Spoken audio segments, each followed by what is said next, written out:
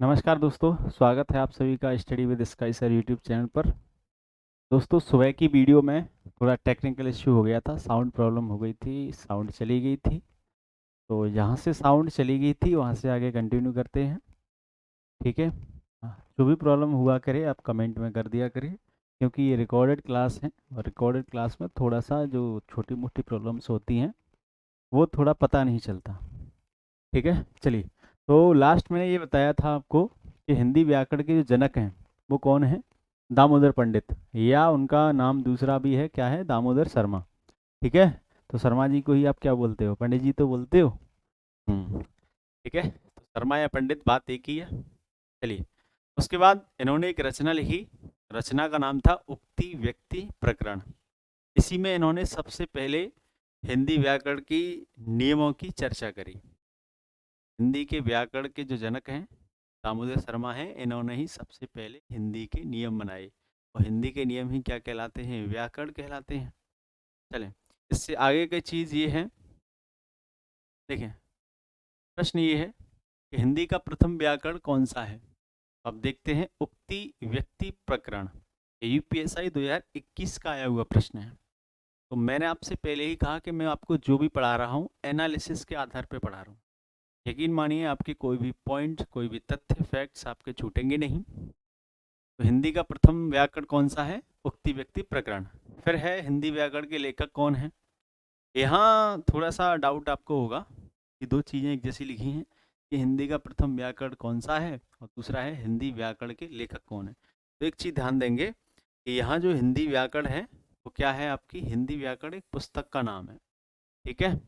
तो यहाँ हिंदी व्याकरण क्या है, एक पुस्तक है, और इस पुस्तक के लेखक कौन है, कामता प्रसाद गुरु, ठीक। तो आपको पता है कामता प्रसाद गुरु की तो अभी हाल फिलहाल मार्केट में बहुत सी किताबें आती हैं, और ऐसे बहुत से फैक्ट्स हैं जिसमें लोग कहते हैं, टीचर कहते हैं कि कामता प्रसाद गुरु के अनुसार ये चीज़ इतनी है, ठीक है। और ये भी आया हुआ प्रश्न है UP triple S C R O ARO में, ये हिंदी व्याकरण के लेखक कौन है, कामता प्रसाद गुरु, और इनकी जो पुस्तक है वो कहाँ से प्रकाशित होती है, वो प्रकाशित होती है नागरी प्रचारणी सभा काशी से।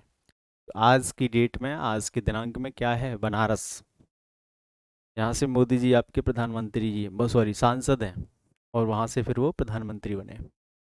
चलें आगे, फैक्ट ये है कि हिंदी व्याकरण के भेद, तो हिंदी व्याकरण के भेद होते हैं भैया 4। इसमें सीधा सीधा ये आया हुआ प्रश्न है, क्या, फैक्चुअल इन्फॉर्मेशन। आपके यूपी पुलिस कांस्टेबल के पेपर में फैक्चुअल इन्फॉर्मेशन बहुत आती हैं, ठीक है। तो हमें फैक्चुअल इन्फॉर्मेशन पे ध्यान देना है। यहाँ प्रश्न हिंदी व्याकरण के भेद है भाई साहब, ये आपको ध्यान रखना है, क्योंकि बच्चों को वर्ड के प्रकार पते होते हैं, वर्ड का भेद पता होते हैं, संज्ञा के भेद पता होते हैं, विशेषण के, क्रिया के, और भी अच्छे से। यहाँ जो भेद बटा हुआ है वो हिंदी व्याकरण के भेद की चर्चा हुई है। तो हिंदी व्याकरण के भेद कितने होते हैं, 4। और ये कि आपका 2013 में आया हुआ प्रश्न है यूपी पुलिस कांस्टेबल में। चारों भेद कौन कौन से हैं, पहला है वर्ड विचार, दूसरा है शब्द विचार, तीसरा है वाक्य विचार, और चौथा है छंद विचार, ठीक है। ये चारों ही आपके क्या हैं, हिंदी व्याकरण के भेद। अब इससे आगे चलते हैं, चलिए। ये और बहुत फैक्चुअल इन्फॉर्मेशन है। पहला तो ये समझेंगे कि व्याकरण का अर्थ क्या होता है, व्याकरण, ठीक।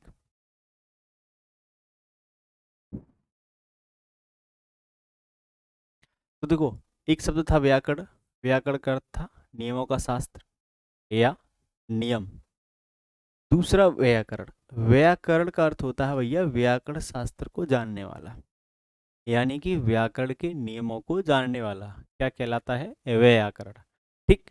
ये आया हुआ प्रश्न है, क्या प्रश्न है कि हिंदी के पहले व्याकरण कौन है। ये आपको थोड़ा सा आपके जनरेट करना है। अभी थोड़ी देर पहले ही मैंने बताया था कि आपके व्याकरण किसने लिखी है, व्याकरण साहित्य। तो आपको पता है कि व्याकरण शास्त्र जो लिखा है वो किसके द्वारा लिखा गया है, दामोदर शर्मा के द्वारा। और जब उन्होंने पहले जनक हैं, उन्होंने ही पहले इसके बारे में लिखा है, तो फिर वो क्या होंगे, हिंदी के पहले व्याकरण। ये भी आपका 2021 का किसी शिफ्ट का पेपर है, ठीक है, किसी शिफ्ट में आया हुआ क्वेश्चन है। और दूसरा ये पूछा गया है लिंग, यहाँ ध्यान रखना, यहाँ जो पूरी जानकारी मैं दे रहा हूँ वो आपको व्याकरण शब्द की दे रहा हूँ, ठीक है, नोट कर लेना है। ऊपर नोट कर देता हूँ। लिंग, व्याकरण शब्द का लिंग पूछा है। व्याकरण शब्द का लिंग क्या होता है? पुल्लिंग। क्योंकि आपको पता है कि व्याकरण, भाषा का व्याकरण जो होता है वो हमेशा पढ़ा जाता है, पढ़ी नहीं जाती, ठीक है, पढ़ा जाता है, पढ़ी नहीं जाती। तो आप प्रत्यय वाले शब्दांश क्या होते हैं? आपके पुल्लिंग होते हैं। तो आपको पता है कि व्याकरण का लिंग क्या हो जाएगा? पुल्लिंग। क्यों? पढ़ा जाता है, व्याकरण शास्त्र पढ़ा जाता है। शास्त्र हमेशा क्या होते हैं? पढ़े जाते हैं भैया, ठीक है, पढ़ी नहीं जाती। आगे काम करेंगे। अब पूछा है कि व्याकरण शब्द में कितने उपसर्ग हैं, ठीक है। तो देखो, ईपीएसआई 2017 री एग्जाम हुआ था, उसका क्वेश्चन है ये। तो व्याकरण शब्द में कितने उपसर्ग हैं? दो। पहला है वी, दूसरा है आ, और इसमें करण शब्द जो है मूल शब्द है। आगे उपसर्ग प्रत्यय हम टॉपिक पढ़ेंगे, उसमें आपको बताएंगे क्या चीज़ें होती हैं।